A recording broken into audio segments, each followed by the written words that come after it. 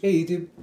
So I'm back again, and the last time or one of the last times I was making videos, you saw that I had tried to make a dye-sensitized solar cell using cheaper methods and materials than what you would typically do with using ITO glass slides. And unfortunately, the experiment didn't turn out. It didn't work. What I ended up making instead was a battery. And So that's not my intention, not my goal, but it is what it is. The reason that I was looking at making a dye-sensitized solar cell is because from my research, apparently dye-sensitized solar cells operate very efficiently in low lighting conditions. So that was why I was going after that. I still am. I ordered some in ITO glass, and so I'll be able to replicate the more traditional example of an actually working example of a dye-sensitized solar cell. I just have to wait for the ITO glass to come in. I have all the materials I need. I have alcohol for pulling chlorophyll and different dyes out of plants and the natural sources, and I also have what I need to make the counter electrode, and I even have iodine solution. So honestly, it's just a matter of getting the ITO glass in.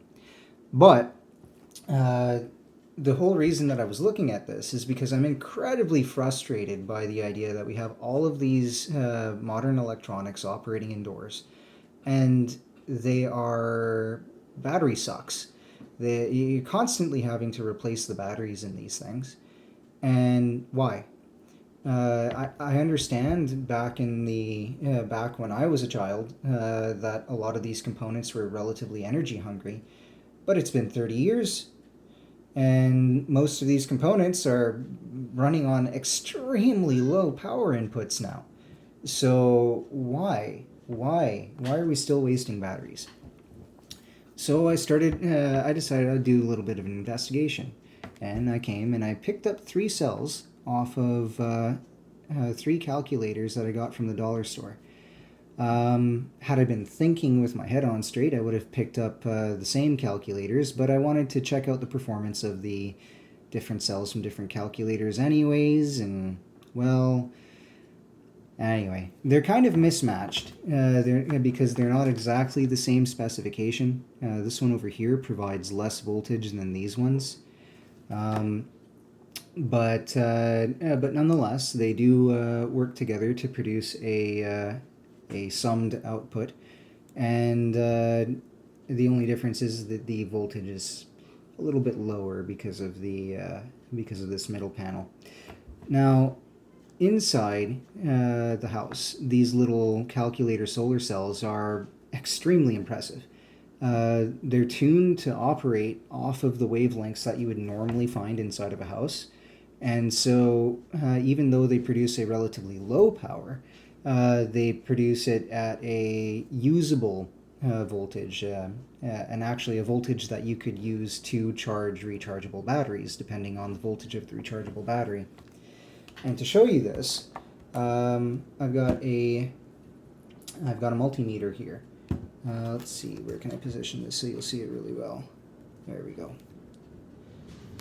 Try to make sure it doesn't fall over. There we are. So now these cells over here, they are quite nice. Oops. Quite nice, quite effective for what they are. So you can see here that just in the general lighting condition over here, pointed away from the window, up, down, and even down here at the table, they provide a fairly usable amount of voltage, and in the light, they provide quite a nice output voltage. And well, you might be saying, well, okay, it's a nice voltage, but how much power is it? And okay, it's not like super power there. You're not gonna be writing home to tell everybody, oh God, look at the discovery I made. But you know what? It's enough to trickle charge stuff, and it's definitely probably if more cells were used or an optimized setup was used, enough to keep most of the electronics that we waste batteries on charged. So let's see here, we got this set to DC low current, so the measurements are going to be in microamps. And here we are on one side and on the other side. So you can see it's not much. You know, it's definitely usable. It's definitely enough to trickle charge stuff, keep stuff charged. Point it over there, it goes down. Point it at the table, it goes down. It's still something though. And then when we stick it out in the sunlight, hey, look at that. We got milliamps. Right? That looks to me, I'm reading backwards in the video here, that looks like 3 milliamps to my eyes. That's enough to keep stuff charged. And if you consider that an Xbox controller, say for example, has intermittent usage, and an Xbox controller will run for approximately 50 to 60 hours on a charge, that starts making it kind of a question of why not? Why not get an array of these and attach them to the Xbox controller and keep that Xbox controller charged? And I'm actually thinking about that question myself, and thinking about whether or not I should get either more of these cells or potentially a larger cell of the same type, and then 3D print a structure that I can attach to my Xbox controller and just plug my Xbox controller into it and keep have the trickle charge constantly charge my Xbox controller. So, once I started thinking about that, I started thinking, well, I should look around. I should see, well, what kind of panels can I possibly get? Like what options are available. And so I did a bunch of research online, and then I ran into this stuff about flexible thin film solar panels. So I went online and I bought 5 of them, and I stuck them in this little 3D printed case that I made for them. On the back, they're all hooked together in series so that they provide a higher output voltage. And each one of these panels is rated to a maximum of 2 volts. And they're 1/3 of a watt. So 2 volts, 1/3 of a watt. It's like maximum 150 milliamps. So these are pretty cool. So now this should provide up to 10 volts at up to 150 milliamps. And the reason that I picked up these flexible and silicon cells is because I was led to believe that their low light performance was going to be superior. Now, since I've got it on milliamps, or on DC low voltage, I should say, let's see how much power we actually get off of these things. And you'll be kind of surprised at how little comes off. See, just hanging out here like that. Like, think about the size of this relative to the size of those little calculator cells. Even if I come over here and I stick it in the direct sunlight, it doesn't actually do all that well. And these things are supposed to be really good at handling diffuse light. But, that's not very much light there. Anyway, now if we go and we look at, what's the voltage that comes off of this? Stick it back on volts. And let's see. There we go. That'll stand up still. Attach back to here. And you can see I have, and you got to remember, these are 5 panels in series. That's not a lot of voltage for what it is. If I come over here and I stick it in the sun, okay, it gets better, but it's not a lot of voltage. So in terms of these flexible panels, I kind of feel ripped off a little bit. I was told that they were, from what I was reading, everything I was reading online, I was under the impression that those panels had good low light efficiency. And compared to these, well, they don't. And so then I went around and I asked some friends if they might have had broken solar lights that they wouldn't mind me recycling. And so I got 3 of them, and I've got them hooked up here in series, powering this little LED because, well, I didn't know what else to do with them yet. But each of these is a nice little thing in and of itself. And to take one out as an example, we have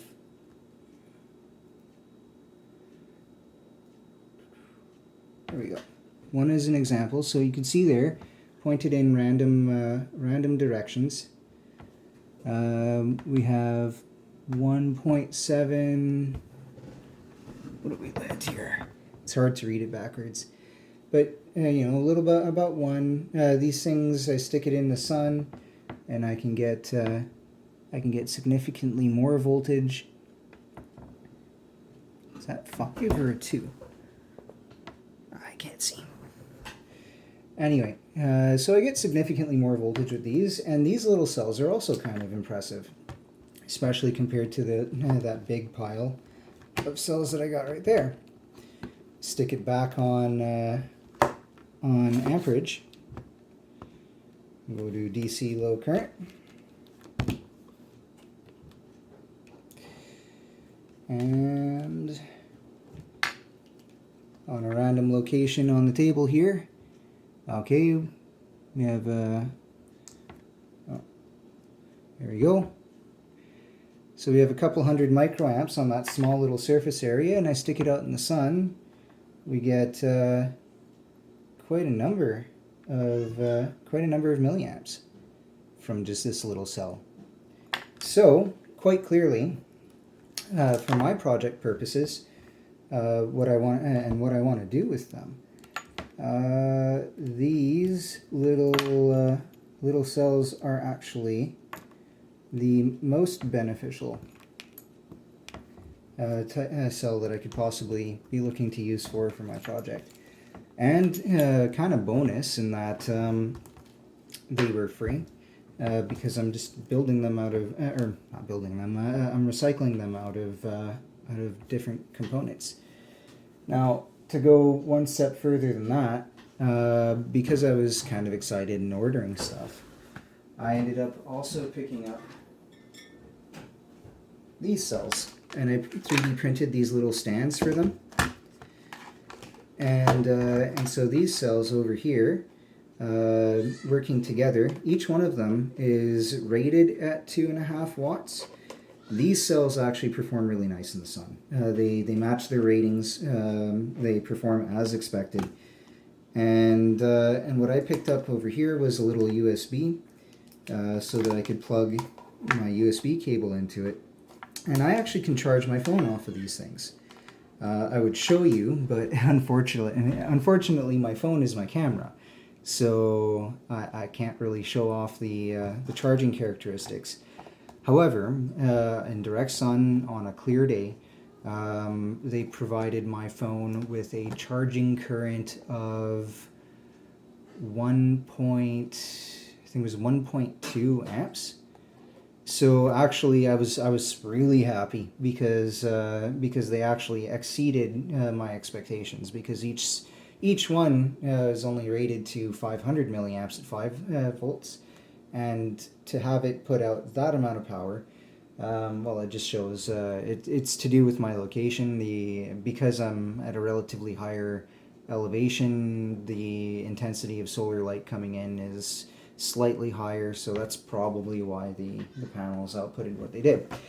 However, nonetheless, the point still stands. They were quite the nice little chargers, and I actually plan on bringing these with me the next time I travel to someplace, or am going to be spending a bunch of time in the car, because this is something that's going to be easy to stick in the window, and then we have one USB port in the car, and usually that's used to charge up either the kids' tablets or my wife's cell phone, or potentially my cell phone. And by bringing these along, that's going to extend the battery life for us for quite a bit, because for us where we live, if we have to take a ride down to Toronto, it's like 10 hours in the car.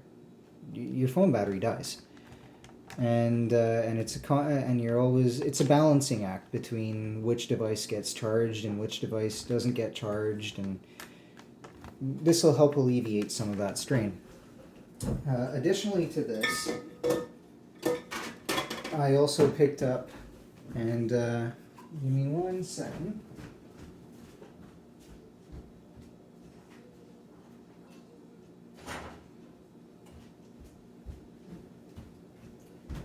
I also picked up 2 of these little solar cells. Now these ones were sold with a USB charging attachment already on them, and these cells they perform kind of pretty satisfactorily. It is what it is. They're only a 2.5, I think it's about 2.5 watt charge, I think. Yeah, I'm pretty sure it was a 2.5 watt charge, which is more than enough to extend the battery life of any device that you have it attached to. Unfortunately, it doesn't provide the voltage level that is required to charge the phones unless it's in direct sunlight, kind of like those other panels. But traveling around in the vehicle, that is less of an issue. So I plan on bringing these with me next time we go in the vehicle, and this will help extend the battery life and reduce the stress of keeping all the devices charged while we're on the road. Now, I have some different ideas for how to take these concepts a little further, and how I'm going to integrate that into different devices. Now that I know kind of what I'm looking for, and what my I have a bit of a better idea of what kind of power levels that I can potentially get, I'm thinking that I'm going to actually have to order dedicated parts rather than just picking up calculators and salvaging stuff off of calculators. It'll depend on what I can find these little solar panels for. Because the frustrating thing is that it's $3 for the calculator that has the solar panel, but if I go online and I try to find this solar panel to order it, it's like $4 or $5 a panel, and then I got to pay for shipping and handling, and it's actually cheaper to go buy the calculator and tear apart the calculator, but I feel bad because I'm breaking a calculator to do it. And that's a useful tool for somebody else who potentially needs it. So we'll see what I do with that. And then the other thing that I'm investigating, and I'm waiting for parts to come in. They should be coming in today. Is the idea of doing infrared photovoltaic harvesting as well. And the reason that I'm looking to investigate this is because there is a surprising amount of infrared radiation that is available to be harvested at room temperature. Just the heat radiation given off by objects at room temperature. Now you would think that it's not all that much because, well, you can't see it, but in reality, if you have a body, a black body at 22.3 degrees Celsius, and this black body emitter, say it's a good emitter, it can potentially be emitting about 440 watts per square meter of surface area of infrared radiation. Now, that black body remains at room temperature because at the same time as it's emitting 440 watts of black body radiation, it's also receiving 440 watts of black body radiation from the local environment. Now, if you have an infrared solar panel and you place that infrared solar panel in front of this black body emitter, well, you have 440 watts of incoming black body radiation to excite the electrons inside of the solar cell, if you have a solar cell tuned to 9.8 micrometers. Now, the solar cell itself, this 9.8 micrometer sensitive solar cell, it also is making black body radiation because everything at room temperature makes black body radiation. So it has 440 watts coming in from the surface that it's facing, but it also has 440 watts of infrared radiation that the cell is generating itself within its own bulk to increase electron excitation. Now, further than that, if the cell is manufactured in such a way that it can also see the black body radiation being emitted from behind it, if the cell is to use the correct terms, if the cell is bifacial, well, that means that the surface on the backside of the cell is also providing 440 watts of infrared radiation. So this means that if you have an infrared cell that is harvesting around 9.8 micrometers, you actually have a potential of 1,320 watts approximately of black body radiation available to be converted into a photocurrent. So if you really think about that and for a second, the sun at noon on a clear sunny day provides 1,000 watts per square meter of radiation to be converted into electricity. 1,300 watts is bigger than that. Now, even if you say, okay, well, the infrared cell that you're going to make is not going to be bifacial; it's going to be monofacial. Well, that's still 800 watts from the 440 watts from the surface it's facing, and 440 watts from the cell itself. That's a potential 880 watts per square meter of infrared radiation available to be converted into electricity. And, the sun at noon on a clear day is only 1,000 watts per square meter. The infrared radiation is available 24 hours a day, 7 days a week, and it's available indoors, and it's available in the dark. Furthermore, any energy that from the infrared spectrum that you're taking around this 9.8 micrometer range and converting into electricity, well, that's heat radiation that is now no longer in the environment as heat radiation. So an infrared cell operating in this range is also going to be acting as a space cooler. Now, I'm in the process of finding and ordering parts to be able to characterize the output of cells in this range.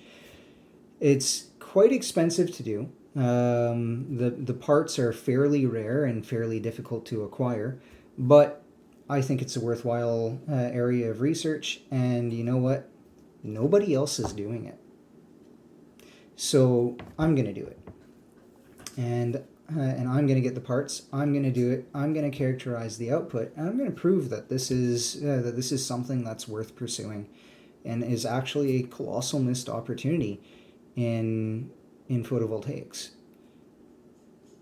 Anyways, when I get my parts, you'll see what's up. Until next time, YouTube.